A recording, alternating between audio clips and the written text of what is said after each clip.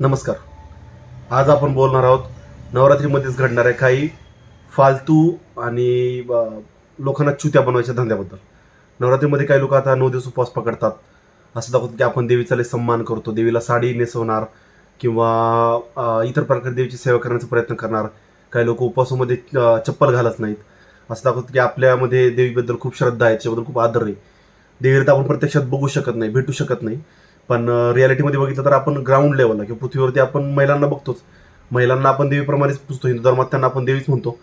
पण रिअल लाईफमध्ये आपण त्यांना तसं काही म्हणत नाही. फक्त एक चुत्या बनवायचं आणि खोटं स्टेटमेंट देऊन लोकांची सिंपत्ती कशी मिळवायची ह्याच्याबद्दल लोकांकडे जास्त लक्ष आहे सध्या तरी. असं वाटतं की आपण एखादी मंडळात गेलो, ती देवीची आरती केली, आराधना केली, देवीला एखादी साडी अर्पण केली, प्रसाद अर्पण केला, तर लोकांना असं वाटतं की बाबा हो, आपण देवापुढे नमतं झालो, देवाची आपण श्रद्धा केली असं वाटतं. काही लोकांचं, मूर्ख लोकांचं असं म्हणणं असतं, मूर्ख लोक स्पेशली, की आपण उपवास केले 9 दिवस, चप्पल घातली नाही, 9 दिवस नवरंगाची जर महिला असेल तर तिचा आपण आदर केला, व्यवस्थित तिचा अपमान नाही केला, काही नाही, तिला बोललो नाही शब्दांनी, असं जर आपण व्यवस्थितरित्या केलं, 9 दिवस करू उपवास पाळला, काही खाल्लं नाही, उपवासाशिवाय काही खाल्लं नाही, असं काही केलं, तर असं वाटतं काही लोकांना की बाबा आपण देवीचा सन्मान केला. पण तसं काही प्रत्यक्षात तसं काही रिअल लाईफमध्ये नसतं. 9 दिवस फक्त लोकांना चुत्या बनवायची कामही उपवास धरणारी म्हणा किंवा इतरत्र काही लोक करतात. 100 पैकी एका दुसराच व्यक्ती असेल जो उपवास धरून खरंच भक्तिभावाने देवीची सेवा करत असतात. पण रिअल लाईफमध्ये तसं काही नसतं. लोकांना फक्त मूर्ख बनायची काम असतं. रिअल लाईफमध्ये आपण एखाद्या बहिणीकडे, एखाद्या घरातलं सोडलं तर, घरात फॅमिलीमध्ये बहीण सोडली तर आपण इतर कोणाकडेच लक्ष व्यवस्थित देत नाही. आपण त्यांना फार वाईट बोलतो, माघारी का होईना बोलतोच. आपण एक मनुष्य, आपण काही देव नाही की आपलं चरित्र पूर्णपणे स्वच्छ असायला. आपण त्यांना शिवाय देणार, वाईट बोलणार, वर्षभर आई बहिणीवर एकमेकांना शिवाय देणार आणि असे खोटं चरित्र दाखवणार की बाबा हां, आम्ही देवीचा लई सन्मान करतो, आम्ही बहिणीचा लई सन्मान करतो ना, घरातले आपण स्त्रीशी कधी नीट बोलत नाही. लांबचं कशाला, आजची पिढी एवढी वायझेड आहे की त्यांना आपण आपल्या आईला सन्मान देत नाही. घरामध्ये एखादं काम तिने सांगितलं तर आपण तिला शिवाय घालतो, मनात मला वाईट बोलतो तिला. तिला कधी प्रेमाने आपण 2 शब्द बोलत नाही की बाबा हां, तिने जर कधी काम सांगितलं आपण समजा जागा तिकडं. म्हणजे शब्दाची, प्रत्येकाची बोलण्याची भाषा वेगळी असते. आपण घरातल्या स्त्रीला आपण सन्मान देतात, बाहेरच्या स्त्रीला कधी सन्मान देणार? बाहेर रस्त्याने एखादी मुलगी चालली, तिच्याबद्दल काही अट्रॅक्शन असं, लोकांना वाईट नजर असतं, ते असतंच, मनुष्य आहे वाटतंच ते आपल्याला.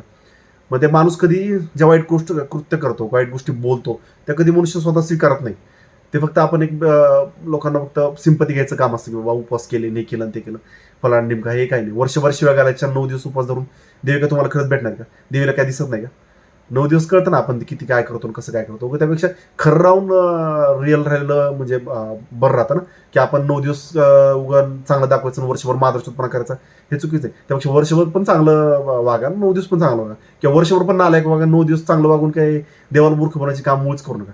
उगं ते आपलं काहीतरी करायचं, देवी एखादी मंडळापाशी जायचं, देवीला उगाच सिंपल दाखवायची, हे करायचं, असं काही करायची काही गरज नाही. आपण नालायक तर नालायकच दाखवायचं. उगं कसं असतं ते, उगं ते देवाला चुत्या बनायची कामं करायची नाहीत कधी. ती देवी आज ना उद्या परत बघती, सगळ्या गोष्टी होतात, त्या आपल्याला वाटतच नाही. आपण एखाद्या रस्त्याने चाललोय, एखादी स्त्री दिसली, आपण तिच्याबद्दल वाईट बोलणार, मित्रांमध्ये आपण बोलताना आई बहिणीचा शिव्या घालणार, घरामध्ये आपण स्त्रीचा सन्मान करणार नाही. ती काम करते बिचार, तरी सुद्धा आपण तिला शिव्या घालणार. काय काय नवरे असे की बाबा दारू पिऊन जातात, तिला मारतात, ते सगळ्या गोष्टी आपण समाजात बघत असतो, पण आपण काय करत नाही का? तर आपण इतके हरामी का आपल्याला वाटतं की ते दुसऱ्याच्या फॅमिलीमधले, आपण कशाला लक्ष घालायचं? असं नसतं. जर तुम्ही देवीचं मंडळामध्ये जाऊन सन्मान करते, ते दुसऱ्याच्या घरामध्ये चार अन्य तुम्हाला आपण का गप्प बसायचं? हे माणसाला कळलं पाहिजे ना. हे जर कळत असेल माणूस मूर्ख आहे ना. मग बरं, तुम्ही बघितलं असेल की काही लोक हुंड्यासाठी मुलींना त्रास देतात, त्यांना मारतात. आता मध्ये पुण्यामध्ये हगवणे प्रकरण खूप वाढलं होतं. तिथं देवीचा सन्मान करत, ते प्रकरण जास्तीत जास्त 8 दिवस फक्त वर उचललं न्यूजवाल्यांनुसार, त्यानंतर काही फरक पडला नाही. समाजाने त्यामध्ये कुठलीच ऍक्शन घेतली नाही. त्याच मंडळामध्ये आपण ज्यावेळेस एखादं उपवास धरतो, देवीला साडी अर्पण करतो, ते आपण जग जाहीर करून सांगतो की आम्ही केलं, आम्ही केलं, आम्ही केलं. पण समाजामध्ये ज्यावेळेस स्त्रीवर अन्याय होतो तर असं आपण काहीच बोलत नाही. इतकी आपण मूर्ख आहे आणि चुत्या आहे आपण, खरं बघितलं तर. तुम्ही काय, मी पण चुत्या, सगळे चुत्या. आपण जर त्या गोष्टीकडे लक्ष नाही देत नाही, आपलं सपोर्ट नसतं, आपण काहीच करू शकत नाही. आपल्या समोर दिसतं की रेप झाला, या माणसाने रेप केला, आपण काय मूर्ख करत राहतो की कोर्ट कधी ऑर्डर देईल, कधी काय हे करेल, ते करेल. आपण त्या गोष्टीकडे जास्त लक्ष देत नाही. आपल्याला फक्त 2 मेणबत्ती पेटवायची, एखादी मुलीचा रेप झाला, ती मेणबत्ती पेटवायची, काही सिंपत दाखवायची, थोडीशी झालं, इंस्टाग्रामवर स्टेटस टाकलं, एवढंच येतं आपल्याला. इतकी आपण वाईट झालं. पण रिअल लाईफमध्ये आपण त्याच्यावर कुठलीही ऍक्शन घेत नाही. त्यामुळे 9 दिवस देवाला किंवा इतर समाजाला मूर्ख बनवण्यापेक्षा आपण रिअल लाईफमध्ये मुलीबद्दल काही चांगलं करतील का ह्याचा विचार करणं जास्त गरजेचं आहे. ते जर नाही करता तर आपण शून्य आहे ना.